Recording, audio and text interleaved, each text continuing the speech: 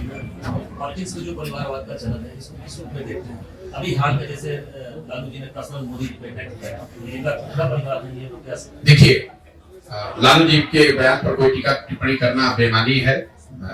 लालू जी अपने बयानों और इस तरह के वक्तव्यों के लिए जाने जाते हैं। जहां तक परिवारवाद का सवाल है, बिल्कुल ये बहुत बड़ा खून है, दीमक है, जो राजनीति को सिरे से बर्बाद कर रहा है।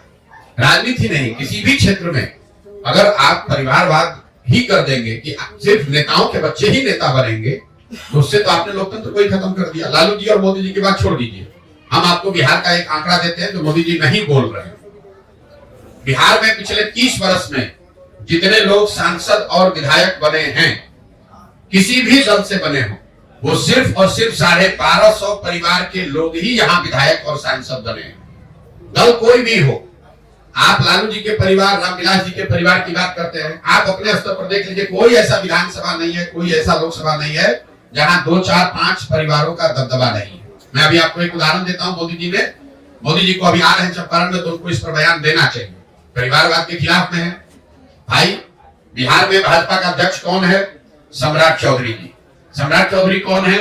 इनके बाबूजी हैं शकुनी चौधरी। आप बिहार के होने के नाते इस बात को समझिए, इतने हल्के में मत समझिए कि इनके बाबूजी थे तो हम परिवारवाद की बात कर रहे हैं। परिवारों का कैसे यहाँ के राजनीति पर कब्जा है, मैं वो समझा रहा हूँ।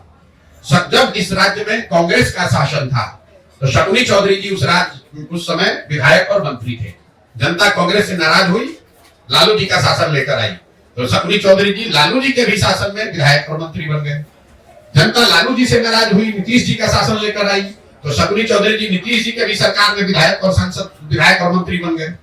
जनता ने जब नीतीश कुमार को हराया, मांझी जी मुख्यमंत्री बने, तो शकुनी चौधरी जी उसमें भी विधायक और मंत्री रहे।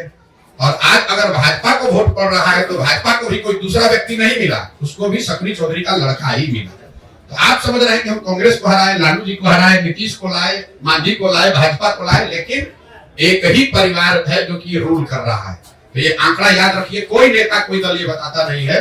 बिहार की आबादी है 13 करोड़, यहाँ 3.5 करोड़ परिवार रहते हैं, और पिछले 30 वर्ष में कांग्रेस, जदयू, आरजेडी, रामविलास जी की पार्टी, लेफ्ट की पार्टी, सबको, भाजपा, सबको जोड़िएगा तो 3.5 करोड़ परिवारों में सिर्फ 1250 परिवार के लोग ही यहाँ विधायक सांसद बने हैं।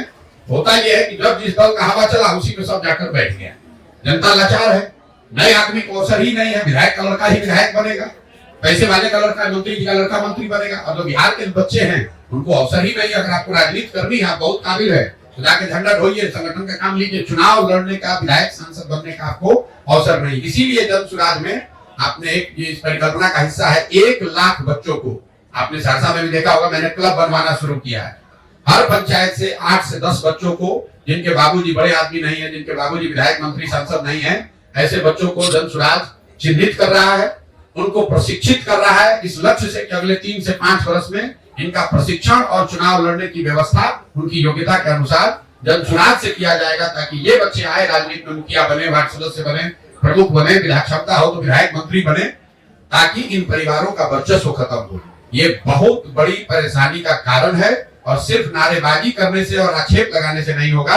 भाजपा के आज जितने 75 विधायक हैं बिहार में, वो भी आप देखिएगा, वो सब किसी न किसी परिवार का ही आदमी है। एक दूसरे पर दोषारोपण, ये पूरी व्यवस्था को ही घुन लग गया है। आप जरा समझिए, अगर गावस्कर का लड़का ही क्रिकेट खेलेगा, तो आप और हम सचिन तेंदुलकर को कहां देखते? अगर सचिन तेंदुलकर का लड़का ही क्रिकेट में रहेगा, तो विराट कोहली और रोहित शर्मा कहां से आएंगे? अगर विराट कोहली का लड़का ही क्रिकेट खेलेगा, तो नए लड़के सूर्य कुमार यादव कहां से आएंगे? लोकतंत्र को इन लोगों ने, इन दलों ने खत्म कर लिया है। कुछ परिवारों ने कब्जा कर लिया। सिर्फ दल विशेष की बात नहीं है, अब ये बात नहीं रह गई खाली कांग्रेस में परिवारवाद है कि लालू जी में परिवारवाद है। इसका जड़ इतना नीचे फैल गया है कि हर आदमी चाहता है मैं विधायक रहूं, मेरे बाद मेरा बच्चा बनेगा। कोई आदमी इससे अछूता नहीं है, कोई दल अछूता नहीं।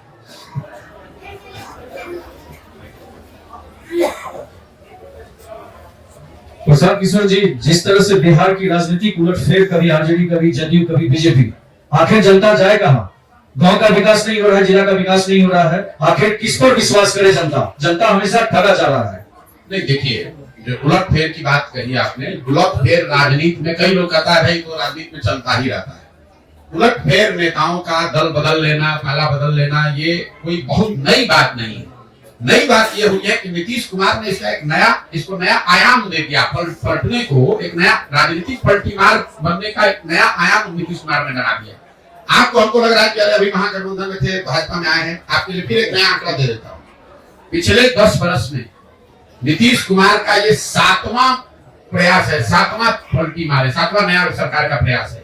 गिन लीजिए, 2012-13 में नीतीश कुमार जो महागठबंधन की एनडीए की सरकार में थे, जब मोदी जी को चेहरा बनाया गया तो 2013 में उस गठबंधन को नीतीश कुमार ने तोड़ा और माइनॉरिटी की गवर्नमेंट चलानी शुरू की। वो पहला प्रयास था। वो माइनॉरिटी की गवर्नमेंट हार गई लोकसभा में, तो उन्होंने मांझी जी को मुख्यमंत्री बनाया। वो दूसरा प्रयास था। फिर मांझी जी को हटाया, 8 महीने के बाद खुद मुख्यमंत्री बन गए। ये तीसरा गवर्नमेंट बना। फिर महागठबंधन बनाकर चुनाव लड़े, वो चौथा हुआ। फिर महागठबंधन को छोड़कर एनडीए में भाग गए, वो 5वां हुआ। फिर एनडीए को छोड़कर महागठबंधन में भागे, वो 6वां हुआ।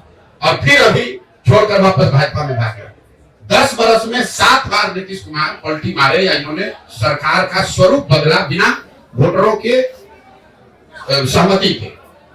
अब नीतीश कुमार इस देश के सबसे बड़े पलटूमार राजनीतिज्ञ है, राजनेता है। ये तो बात सर्वविदित है, इस पर चर्चा भी लोग नहीं कर रहे। जैसे बिहार में शराबबंदी इतना फैल है कि कोई शराबबंदी पर सवाल भी नहीं कर रहा। तो नीतीश कुमार के पलटने पर कोई सवाल लोग नहीं उठा रहे।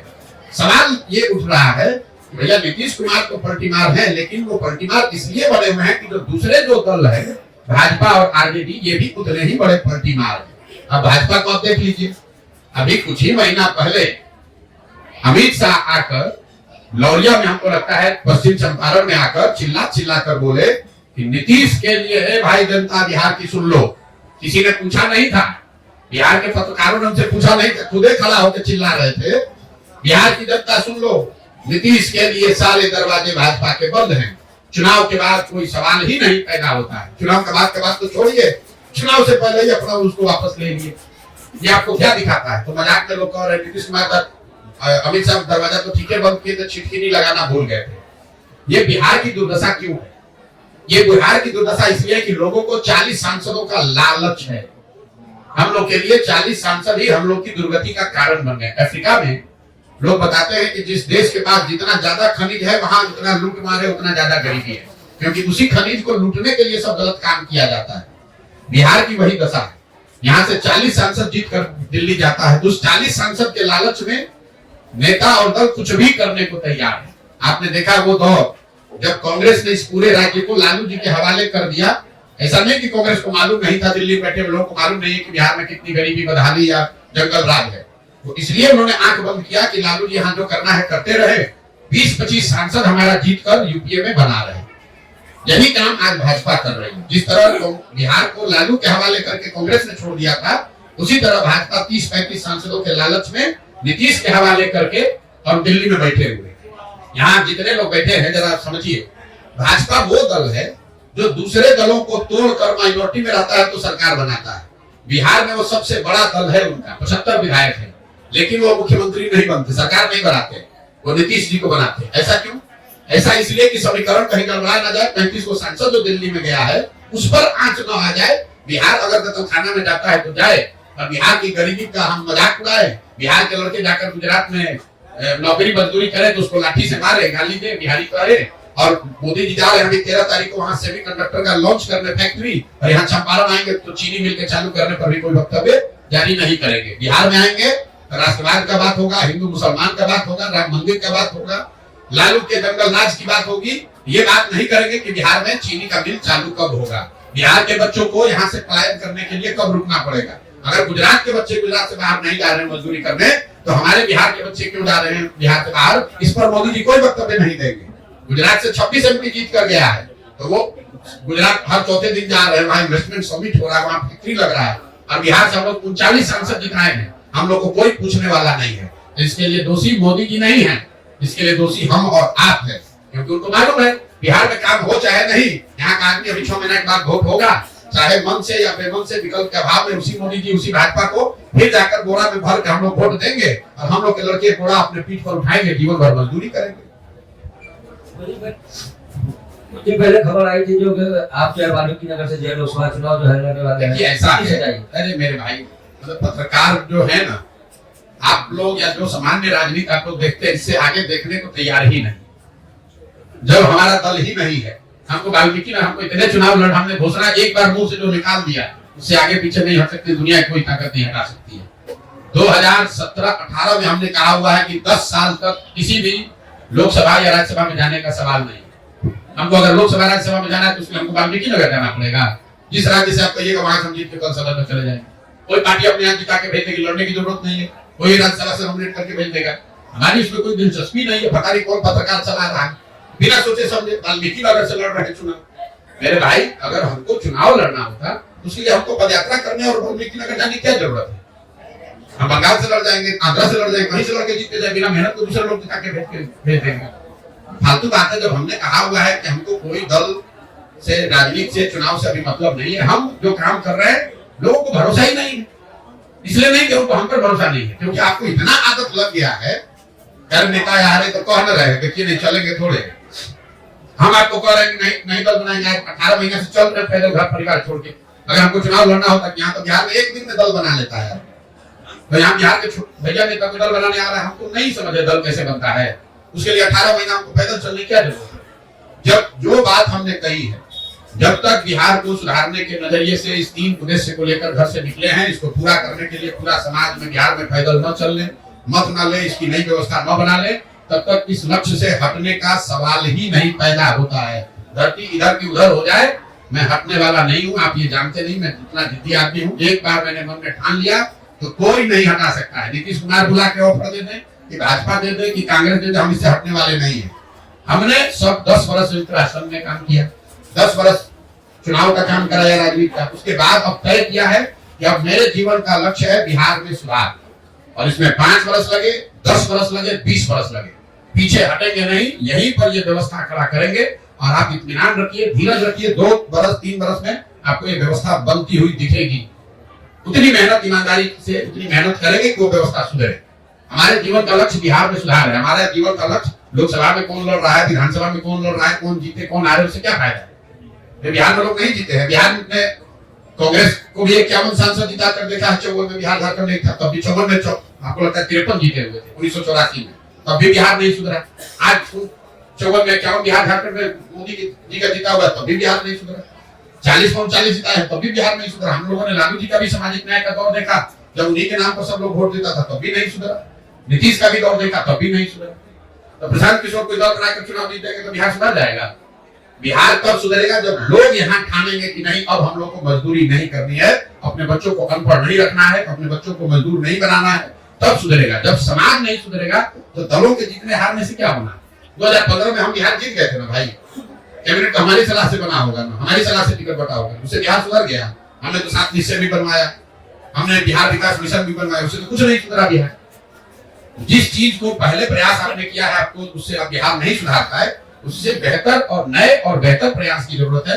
और मेरी अपनी समझ है कि किसी एक आदमी को, बिहार के किसी व्यक्ति को जो बिहार की चिंता करता है, उसको हिम्मत करके संकल्प लेके ये प्रयास करना पड़ेगा। 2 साल 4 साल 5 साल करना पड़ेगा, क्योंकि आज सुधरेगा 10 वर्ष के बाद सुधरेगा। बिहार को सुधारने के लिए पंजाब और तमिलनाडु से काम आएगा नहीं। आप आज देखिए या 10 वर्ष के बाद देखिए क्या हो जाएगा। अगर 3-4 वर्ष हमको नई सफलता मिलेगी, यही तो आपकी चिंता है। आप काहे घबरा रहे हैं? हमको कोई चिंता ही नहीं है।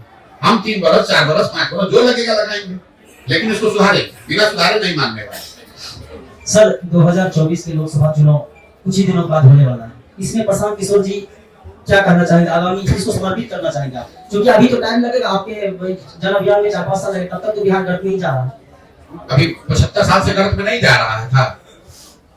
जब 75 साल गर्त में जा रहे थे और आप न घबराए, आप काम अपना राजनीति सामाजिक जीवन चला रहे हैं, तो 2 वर्ष और धैर्य रखिए, 1 वर्ष और धैर्य रखिए, चुनाव होने दीजिए, उनके सामने एक विकल्प आने दीजिए। जनता अगर उसको स्वीकार करेगी तो ठीक है, नहीं स्वीकार करेगी तो और बेहतर प्रयास किया जाएगा। लोकसभा के चुनाव में कौन जीतता है कौन हारता है, कम से कम बिहार का कोई भी समझदार आदमी अगर है, उसको ये मानना चाहिए कि लोकसभा के चुनाव के नतीजों से हम लोग के जीवन पर कोई फर्क नहीं पड़ने वाला है।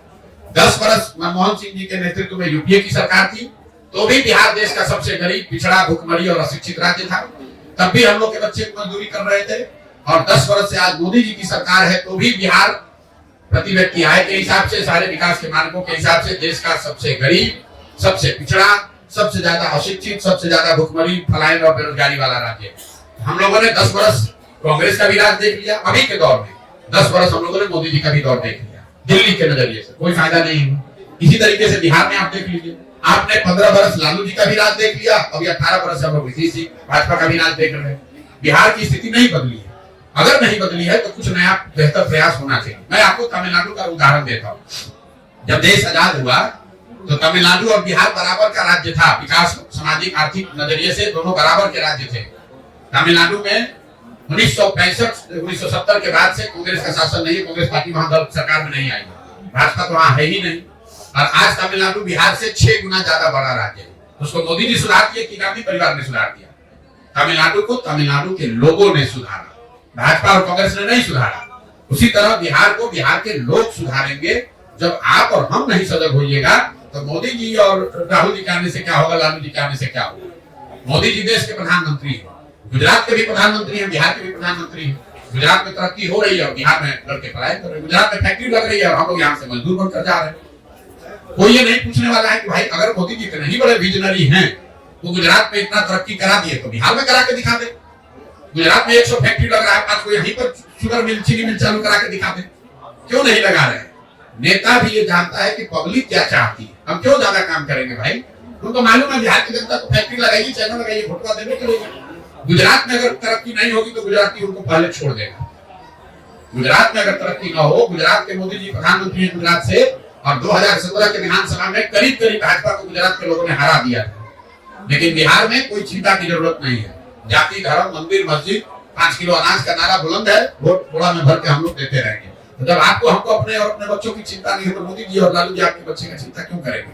देखिए तेजस्वी जी घूम रहे हैं और डंके की चोट पर कह रहे हैं कि हम ही बिहार को सुधारेंगे।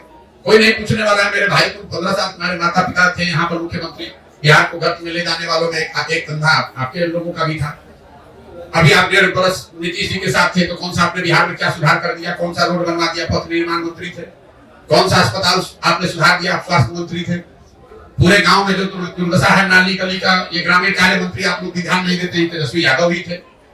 ये शहरों की जो दुर्दशा है, शहरी विकास मंत्री खुद तेजस्वी यादव थे। कोई नहीं पूछने वाला है कि शहरी विकास मंत्री के तौर पर कौन से शहर को सुधार दिए? बताओ। माँ बाप का तो छोड़ो, अपना बताओ भाई, तुमने कौन सा सुधार दिया? कौन सा अस्पताल तुमने सुधार दिया?